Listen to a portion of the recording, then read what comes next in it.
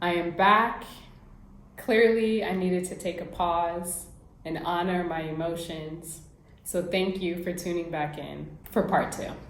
I don't know exactly where I left off, but to recap, we are currently in this Taurus transit until June 19th. And the more that I repeated this date, June 19th, June 19th, June 19th, is when the wisdom of this date and the history of this date really started to anchor into my system. June 19th, 1865, was the day that the enslaved learned that they were free. This being the last day of Taurus season, when we learn how to anchor into our body, how to trust our body, how to feel resourced, how to feel safe in our body.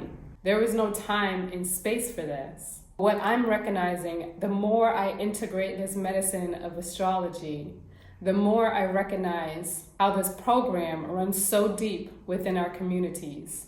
Juneteenth is a celebrated holiday. And as I say this out loud, I don't even know if this holiday should even be celebrated. Because the program that runs within the Black community is not feeling safe within the body, is not having economic sustainability and wealth or health. Oftentimes, the Black community is without resources. They are without these things that are their birthright.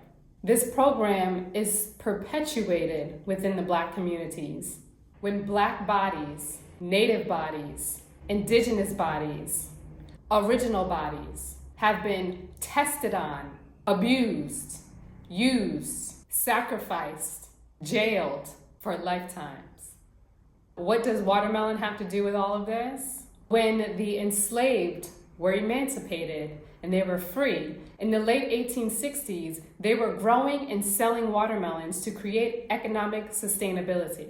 Not only were they creating economic sustainability, they were providing resources to have health, wealth, and most importantly, economic freedom. By creating economic freedom, you're free from the system. You're free from the structures that have been bound against your birthright for far too long. It's still happening today, but at least now we have a little bit more awareness. As time went by, you know who got jealous. Folks got so jealous that they started using advertisements of Black people eating watermelon in order to get them to stop selling watermelon, to get them to stop selling the thing that helps them be free. It was giving lack in my mind. That type of behavior is still carried out on a subconscious level today because those memories exist within the cellular memory. To this day, there are Black people who are afraid of eating watermelon in public. And there are still people using stereotypes like all Black people like fried chicken and watermelon, when in reality, I traveled the world to 15 plus countries, I don't know how many cities, and every single one of them had a KFC. It wasn't until I got back into Cape Town, South Africa, my 6th country, when I realized, holy shit, everyone loves fried chicken. It makes me sad and irritated because to this day, there are Black people who are afraid of eating watermelon in public because of the negative connotations and the stereotypes that they've been bound by because of what happened in the past. And now that I'm even saying that out loud, there's probably within the cellular memory fear of this because they remember what that was like, again, because of all our ancestors are existing within us. And as I think about it more, the people who like to carry out these stereotypes are also probably remembering within their cellular structure because of their lineage, making fun of people who look like me. Talk about a loop. What makes me irritated about this is that watermelon is health. Watermelon is literally liquid gold for our melanin. It's technically a berry with many nutrients and hydration, vitamins, nourishment. It is a neurotransmitting food. It is a melanin neurotransmitting food. Melanin, watermelon, melanated, melanin, watermelanated, which means it is perfect for our body. That is what feeds our cells. And I'm so grateful to be in a place right now where there are still seeds in my watermelon. And every single bite lights my cells up. Every single bite. Every single bite, I think about my ancestors. Every single bite, I think about how abundant this fruit is. Every single bite, I think about how this could heal the Black community. And people won't eat it because they're afraid of being seen by people who aren't paying their bills, by people who are more focused on taking from them, copying them, mocking them, than anything else. Within the Black communities, there is a pattern of people who are living within red line zones that only have a McDonald's, a liquor store, a bodega, a church, and Planned Parenthood. And I won't even get into the reasons why all of those things exist in every single Black community, but I'll let you think about that and do your own research. When people are put in spaces where they do not feel safe in their body, where there is constant crime, and crime, in my opinion, is only existing because they don't have the resources that they need in order to provide for their family, so they do what they need in order to take care of their family. You see how this continues to be a catch-22, how it continues to be a loop.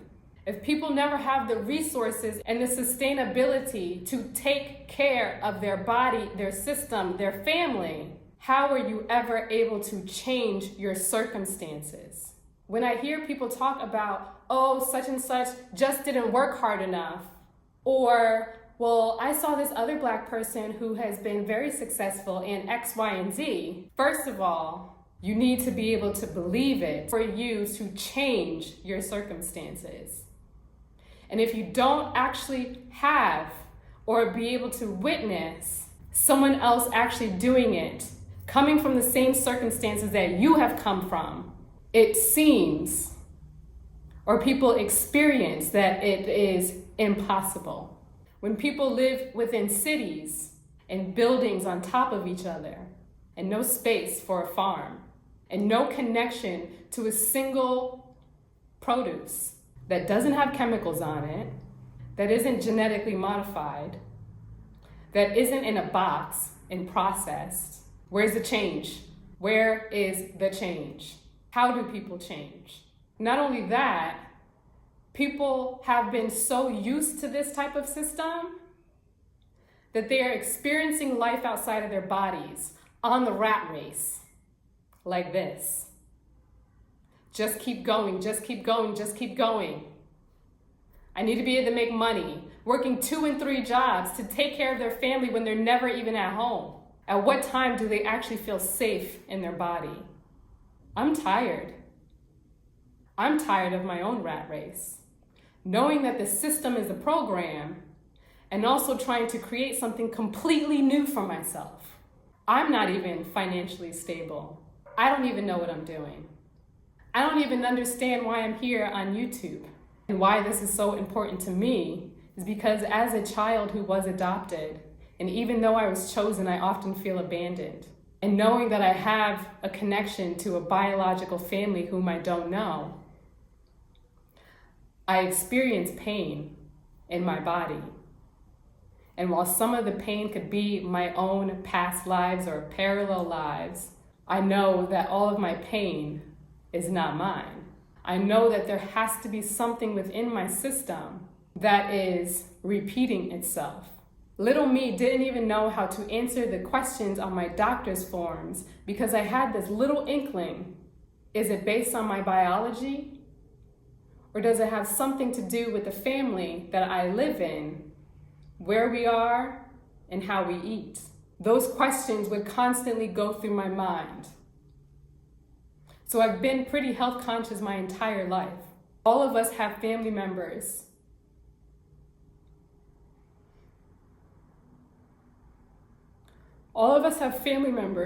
who have diabetes. So that question alone on doctor's forms, I would never know how to answer.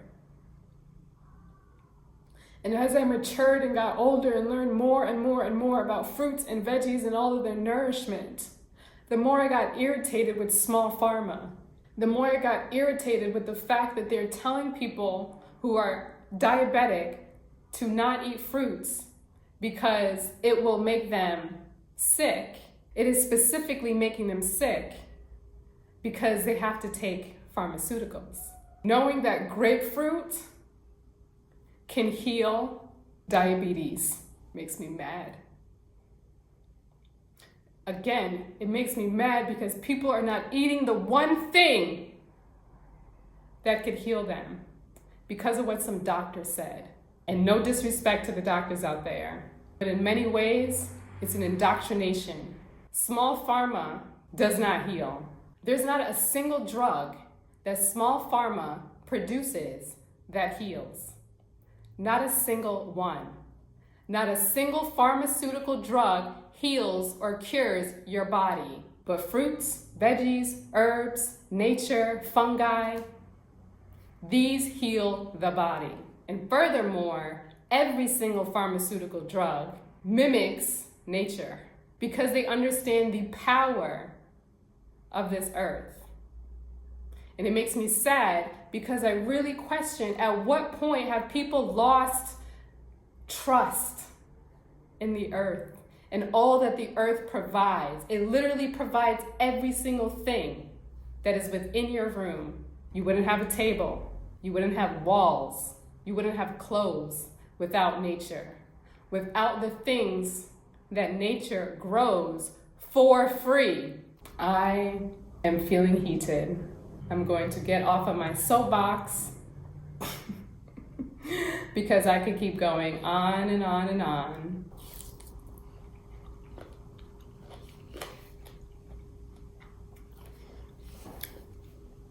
Okay.